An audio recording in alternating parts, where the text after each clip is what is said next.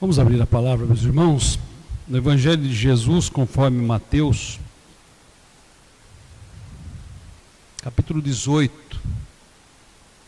Vamos ler versículos 21 ao 35. Evangelho de Jesus, conforme Mateus, capítulo 18, versículos 21 ao 35. Vamos ler alternadamente. Eu lerei também com os irmãos para que quem está na live possa acompanhar. Evangelho de Jesus, conforme Mateus, capítulo 18, a partir do versículo 21. Então Pedro, aproximando-se, lhe perguntou: Senhor, até quantas vezes meu irmão pecará contra mim, que eu lhe perdoe? Até 7 vezes? Respondeu-lhe Jesus: Não te digo que até 7 vezes, mas até 70 vezes 7. Por isso o reino dos céus é semelhante a um rei que resolveu ajustar contas com seus servos. E passando a fazê-lo, trouxeram-lhe um que lhe devia 10.000 talentos. Não tendo ele, porém, com que pagar, ordenou o Senhor que fosse vendido ele, a mulher, os filhos e tudo quanto possuía, e que a dívida fosse paga. Então o servo, prostrando-se reverentemente, rogou: Sê paciente comigo e tudo te pagarei. E o senhor daquele servo, compadecendo-se dele, mandou-o embora e perdoou-lhe a dívida.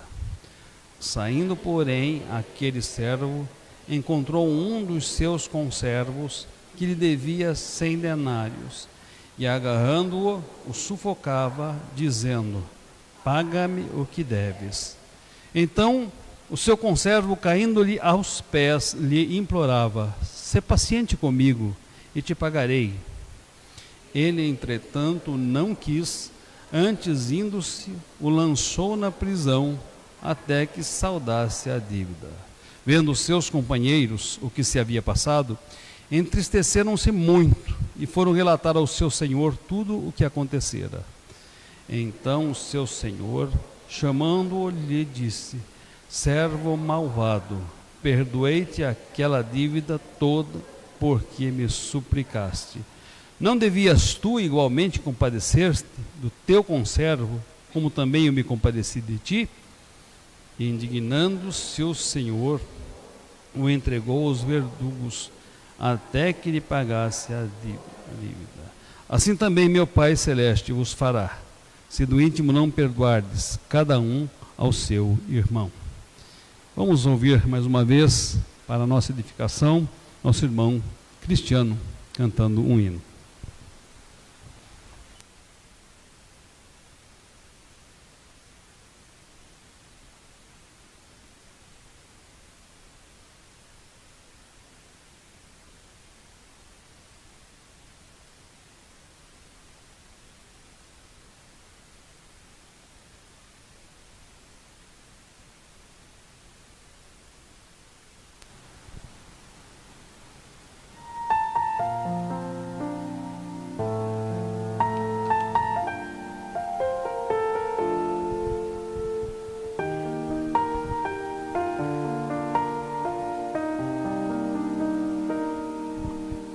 Minha fé não está firmada nas coisas que podes fazer.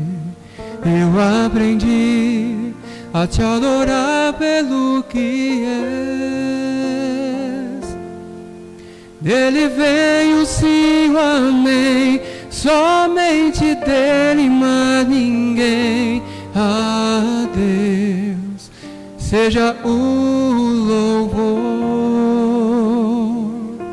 Se Deus fizer, Ele é Deus. Se não fizer, Ele é Deus. Se a porta abrir, Ele é Deus. Mas se fechar, continua sendo Deus. Se a doença vier, Ele é Deus. Se curado for, Ele é Deus. Se tudo der certo, Ele é Deus. Mas se não der, continua sendo Deus. Minha fé não está firmada nas coisas que podes fazer. Eu aprendi a te adorar pelo que és. Dele vem o sim, o amém, somente dele, mas ninguém. A Deus seja o louvor. Se Deus fizer, Ele é Deus. Se não fizer, Ele é Deus. Se a porta abrir, Ele é Deus. Mas se fechar, continua sendo Deus. Se a doença vier, Ele é Deus. Se curado for, Ele é Deus. Se tudo der certo, Ele é Deus. Mas se não der, continua sendo Deus. Eu não adoro pelo que Ele faz, mas adoro pelo que Ele é. Haja o que houver, sempre será Deus. Eu não adoro pelo que Ele faz, mas adoro pelo que Ele é. Haja o que houver, sempre será Deus. Se Deus quiser, Ele é Deus. Se não fizer, Ele é Deus. Se a porta abrir, Ele é Deus. Mas se fechar, continua sendo Deus. Se a doença vier, Ele é Deus. Se curado for, Ele é Deus. Se tudo der certo, Ele é Deus. Mas se não der, continua sendo Deus. Deus é Deus.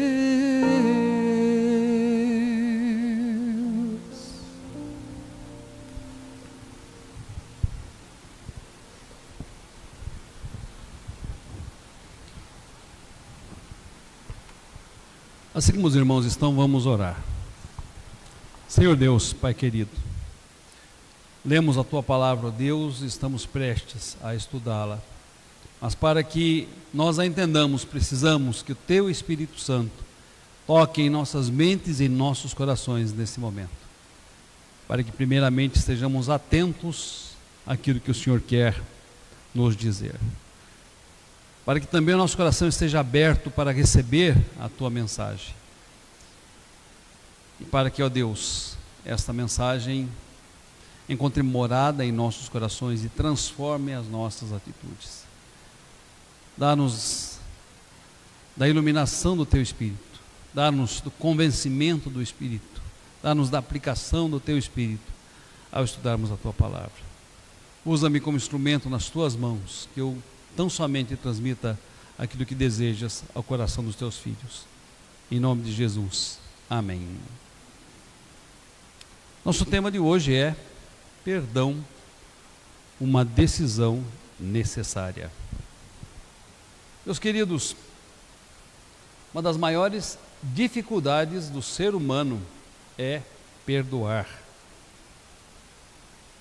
Isso porque o ser humano, de modo geral, é egocêntrico. E em seu egocentrismo, ele não deseja relevar aquilo que as pessoas fazem contra ele, intencionalmente ou não. Em seu egocentrismo, o homem dá-se o direito de se afastar, e muitas vezes afastar também os seus familiares daquelas pessoas que o ofenderam. Dá o direito de acalentar no seu coração carinhosamente, por incrível que pareça, mágoa, ressentimento, tristeza, esperando o momento certo para dar o devido troco com uma medida adicional de ira e de rancor.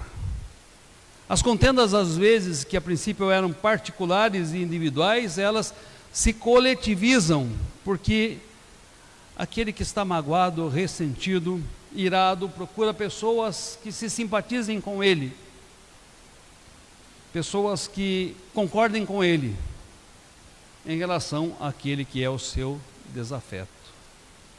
É assim o ser humano, é assim a humanidade. Há uma dificuldade imensa em se perdoar.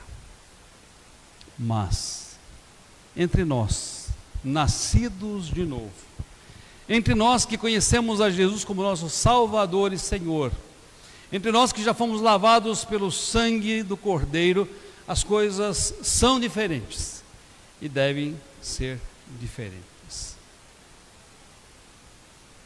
E esse texto nos ensina, meus queridos, 3 coisas muito importantes sobre o perdão.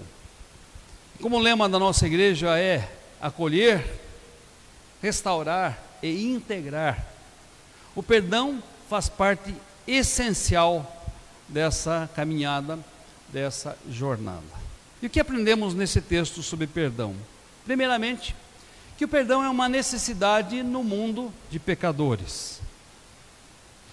Queridos, eu e vocês que um dia entregamos nossa vida a Jesus Cristo, somos novas criaturas. Há um versículo muito bonito, 1 Coríntios 5,17, que diz: e assim, se alguém está em Cristo, é nova criatura, as coisas antigas já se passaram e eis que fizeram novas. Mas a palavra de Deus usa acertadamente o termo novo nascimento. Nascidos de novo, nós precisamos crescer, nós precisamos nos desenvolver. E estamos crescendo, e estamos nos desenvolvendo espiritualmente. Agora, notem como estamos em processo. Nesse processo, meus queridos, muitas vezes estamos sujeitos sim a falhar, sujeitos sim a errar, sujeitos sim a cometer transgressões que magoam os nossos semelhantes, que magoam o nosso próximo, sejam elas intencionais ou não, sejam elas cometidas na nossa ignorância ou cometidas com dolo. Estamos sujeitos também a falhar, a transgredir e a pecar contra o nosso Deus. E a Bíblia diz que dos nossos pecados em relação a Deus, é necessário que nós os confessemos. Em relação a Deus, se confessarmos os nossos pecados, 1 João 1,9, a Bíblia nos diz que Ele é fiel e justo para nos perdoar dos nossos pecados e nos purificar de toda a nossa iniquidade. Portanto, eu e vocês, quando pecamos contra Deus, e certamente o temos feito, muitas e muitas vezes por palavras, pensamentos, ações, e até por deixar de fazer aquilo que Deus recomenda, confessemos os nossos pecados a Ele, as nossas transgressões a Ele. Ele é fiel e justo para perdoar os nossos pecados e nos purificar de todas as nossas transgressões. Mas em relação ao próximo, também devemos estar dispostos a perdoar e, se necessário, a pedir perdão. Há quem se recuse a perdoar? O texto que lemos, meus queridos, deixa claro que sim. Notem que um homem teve a sua imensa e impagável dívida perdoada. Essa dívida equivalia a 160 mil anos de trabalho. 10 mil denários, 160 mil anos de trabalho. Ele teve essa sua imensa e impagável dívida perdoada, mas não se mostrou disposto a perdoar uma pequena dívida do seu irmão, uma dívida que equivaleria a 100 dias de trabalho. Notem a incoerência, notem a discrepância. E notem que sim, muitas vezes aquele que é perdoado tem dificuldade de perdoar. A pergunta que devemos fazer a nós mesmos nesta noite é: eu tenho consciência da dimensão da dívida que eu tinha para com Deus e que foi encravada na cruz? Eu tenho consciência da imensidão da dívida que eu tinha para com Deus e que Jesus levou sobre si lá na cruz? Eu tenho consciência da abundância da graça divina que quitou os meus débitos efetivamente e definitivamente para com Deus? Se eu tenho consciência, e é importante que tenhamos consciência. Eu também tenho evidenciado graça, misericórdia e compaixão nos meus relacionamentos. Eu tenho também manifestado a disposição de perdoar aqueles que têm me decepcionado e magoado. Ou, embora eu tenha sido alcançado pela compaixão divina, me mostro incompassivo para com os meus irmãos. Quando, à semelhança do homem da parábola, meus queridos, nos recusamos em perdoar e nos ressentimos porque os nossos, entre aspas, direitos não foram respeitados, notem, passamos a nos julgar superiores a outras pessoas, ou superiores às pessoas que nos ofenderam, como se tão somente eles estivessem sujeitos a pecar, a errar e falhar, e como se nós não estivéssemos sujeitos aos mesmos erros ou até erros piores do que eles. Por isso o perdão é uma necessidade no mundo de pecadores. Pecadores são aqueles que erram para conosco, pecadores somos nós quando erramos para com outras pessoas. Mas geralmente o legalismo, que leva muitos a observar o cisco que está no olho do seu irmão, o impede de perceber a trave que jaz no seu próprio olho. O texto não nega o fato de que há dívidas muitas vezes entre irmãos, de que relacionamentos muitas vezes geram problemas, que relacionamentos geralmente trazem conflitos. Não fosse assim, a Bíblia não nos exortaria tantas e tantas e tantas vezes a buscarmos o perdão, a buscarmos a reconciliação. Esse texto afirma-nos em letras garrafais que assim como nós somos perdoados por Deus, nós devemos perdoar. O apóstolo Paulo, em Colossenses capítulo 3, 13 diz: perdoai-vos mutuamente. Interessante, mutuamente. Porque todos nós precisamos do perdão, porque todos nós falhamos, porque todos nós somos pecadores. Perdoai-vos mutuamente, caso alguém tenha motivo de queixa contra outrem. E ainda no versículo 13, para que nós não diminuamos a medida desse perdão, para que nós não limitemos a nossa compreensão sobre a quantidade que devemos perdoar, ele diz algo desafiador: assim como Cristo vos perdoou, assim perdoai vós. Primeira lição, meus queridos: o perdão é uma necessidade no mundo de pecadores. Segunda lição: perdão deve ser uma decisão fundamentada na graça de Deus.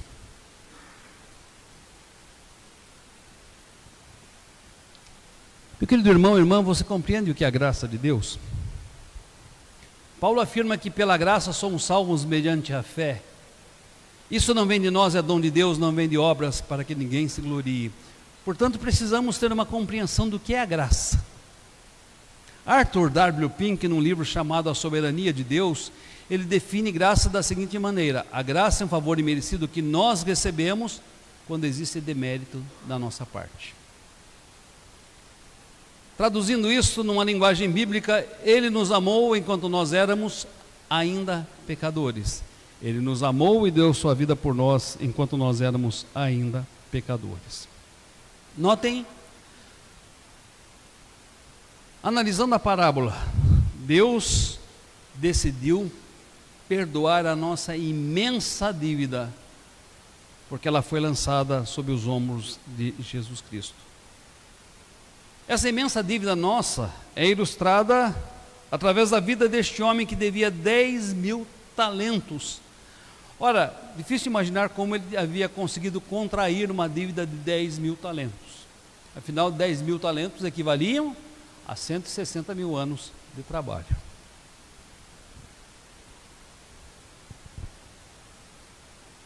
Uma pessoa tinha que trabalhar 16 anos da sua vida para ganhar um talento.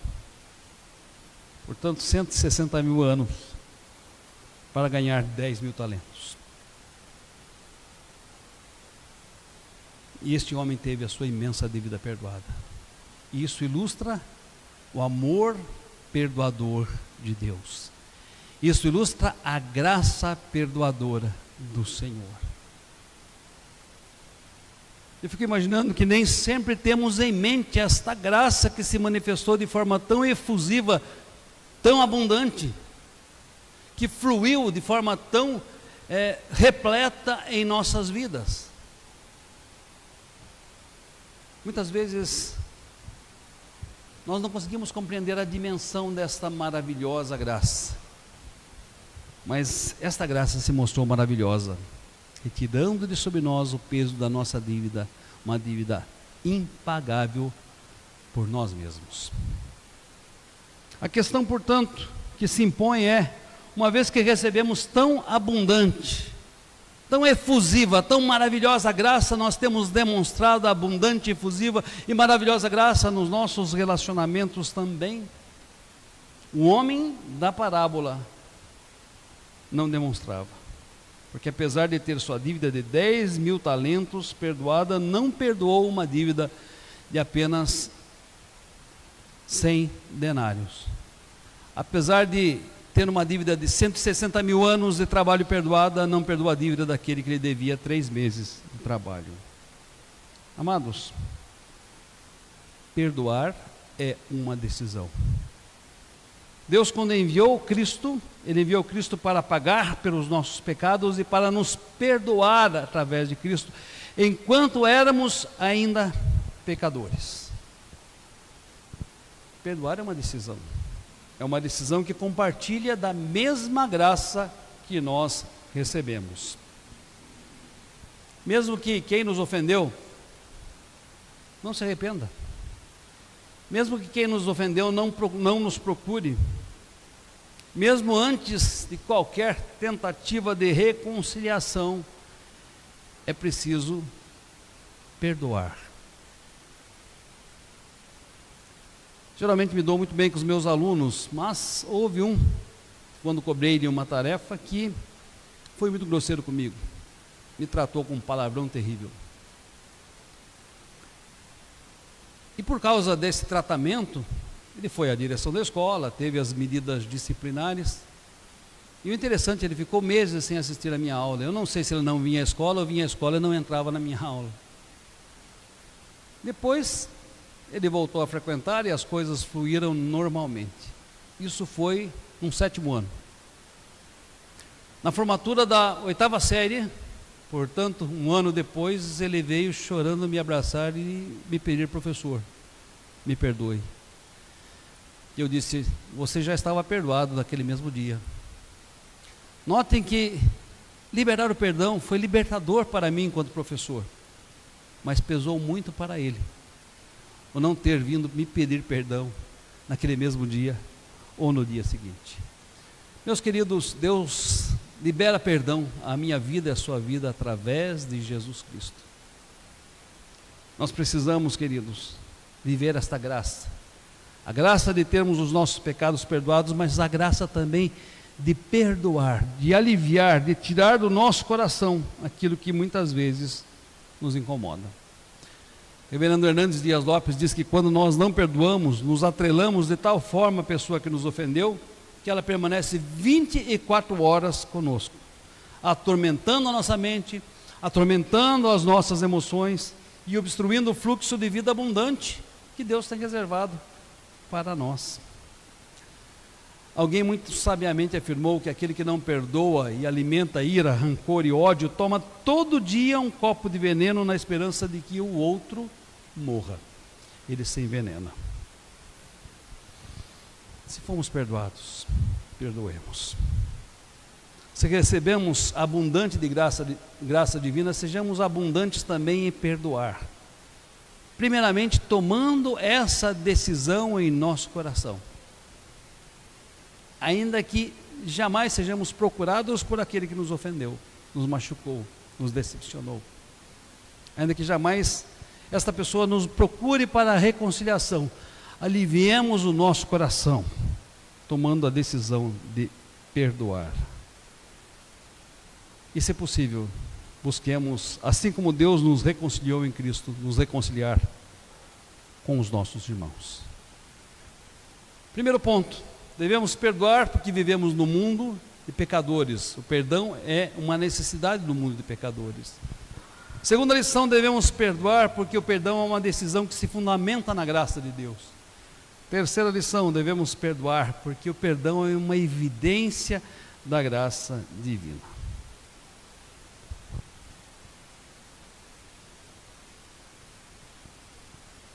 Vamos nos colocar na pele desse homem que devia 10.000 talentos. Imaginem alguém com uma vida de 160.000 anos de trabalho. Se essa pessoa não fosse inconsequente e tivesse um mínimo senso de responsabilidade, certamente ela estaria sufocada por essa dívida. Certamente ela não estaria tranquila, não estaria em paz, viveria aflita. Sua consciência todos os dias o atormentaria dizendo: você precisa pagar essa dívida, você precisa pagar essa dívida.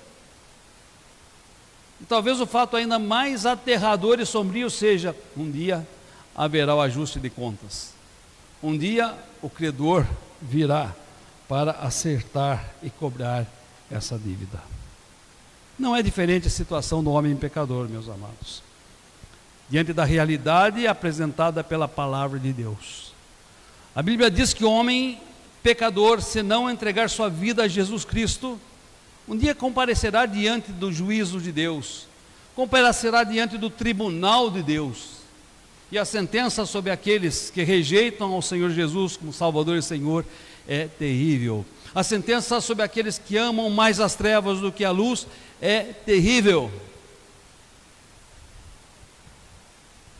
Meus amados, por menor que seja a consciência do homem que está no mundo e vive sem Deus, ele certamente sabe o que é certo e o que é errado. Ele certamente sabe que está em dívida com Deus. Por mais obscurecida que seja com sua consciência e insensibilizada pelo diabo, ele tem um resquício da luz divina no seu coração que diz: você está em dívida com o seu Senhor, você está em dívida com o seu Criador. Lá no Salmo número 14, o salmista diz que muitos tentam enganar-se a si mesmos, enganar o seu coração dizendo não a Deus. Diz o homem sem sabedoria em seu coração, não a Deus. E se vocês lerem os versículos subsequentes, verão que ele diz com uma intenção: de corromper-se e praticar a iniquidade. Como se o afirmar a inexistência de Deus não tornasse refém das suas próprias escolhas, não fizesse experimentar as consequências das suas próprias escolhas, aqui na terra e por toda a eternidade. Ora, é insensato de fato aquele que diz que não a Deus só para fazer aquilo que acha que deve fazer ou que quer fazer em seus pecados e concupiscências. Porque há um Deus, há um Senhor, há um dia de juízo, há um dia de acerto de contas, há um dia em que o Senhor nos chamará diante do seu trono. Esse evangelho, meus amados, nos convida a boas novas. Por que boas novas? Boas novas de salvação, porque em Jesus todas as nossas dívidas podem ser perdoadas e quitadas. Ele carregou sobre si as nossas dores, como afirma o profeta Isaías. Quando nós recebemos a Jesus como nosso único e suficiente Salvador, podemos ter certeza de que fomos declarados justos diante de toda a eternidade perante Deus, e que agora não há nenhuma condenação para nós. Já não resta nenhuma condenação para aqueles que estão em Cristo Jesus, o Senhor. Se é Deus que nos justifica, ninguém nos condenará por toda a eternidade. Ora, diante disso, qual deve ser a nossa reação? Se eu tivesse uma dívida de 160.000 anos de trabalho perdoada, eu imagino que seria muito grande a minha gratidão, seria muito grande a minha devoção, seria muito grande o meu louvor e o meu desejo de fazer tudo para agradar a esse que tão graciosamente e bondosamente me perdoou.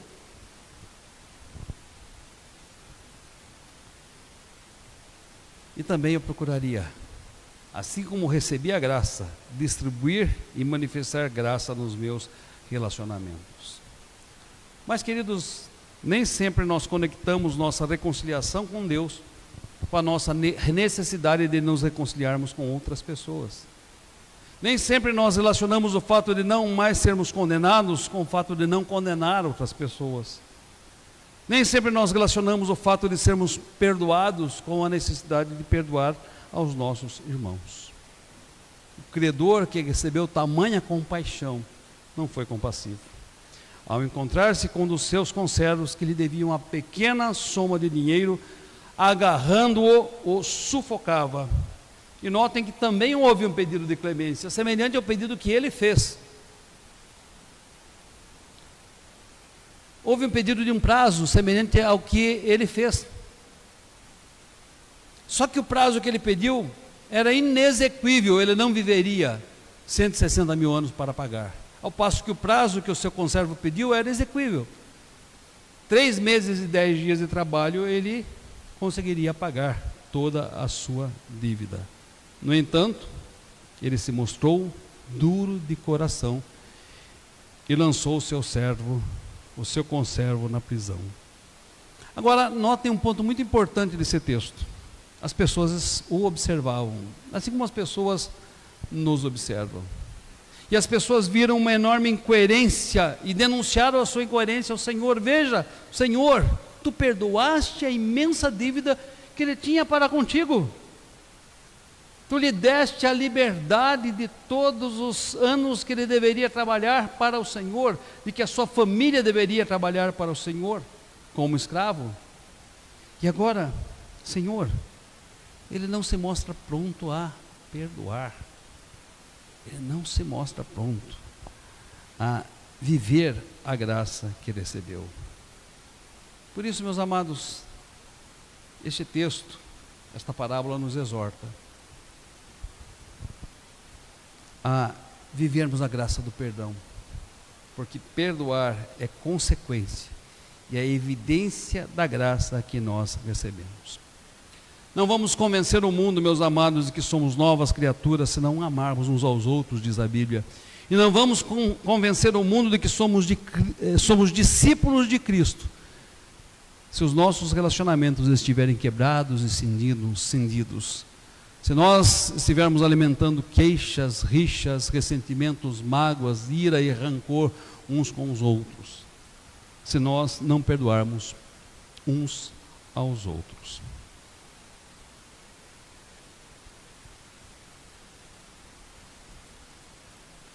No livro Longa Caminhada para o Senhor, de 1974, Corrie ten Boom, uma mulher que foi prisioneira e esteve no campo de concentração, lá na Alemanha, tendo os nazistas como seus algozes, uma mulher que viu os seus pais morrerem na prisão, que presenciou a morte da sua irmã Betsy. Ela narra uma história muito preciosa sobre perdão. Ela ensinava numa igreja na Alemanha 3 anos depois de ser liberta. E eis que um dos guardas mais cruéis daquele campo de concentração, que havia provocado tanta dor a ela mesma, às mulheres que estavam com ela e a sua irmã, ele estava presente na igreja. O guarda não a reconheceu enquanto estava na fila para cumprimentá-la, mas ela o reconheceu desde o primeiro momento que o viu na nave do templo daquela igreja.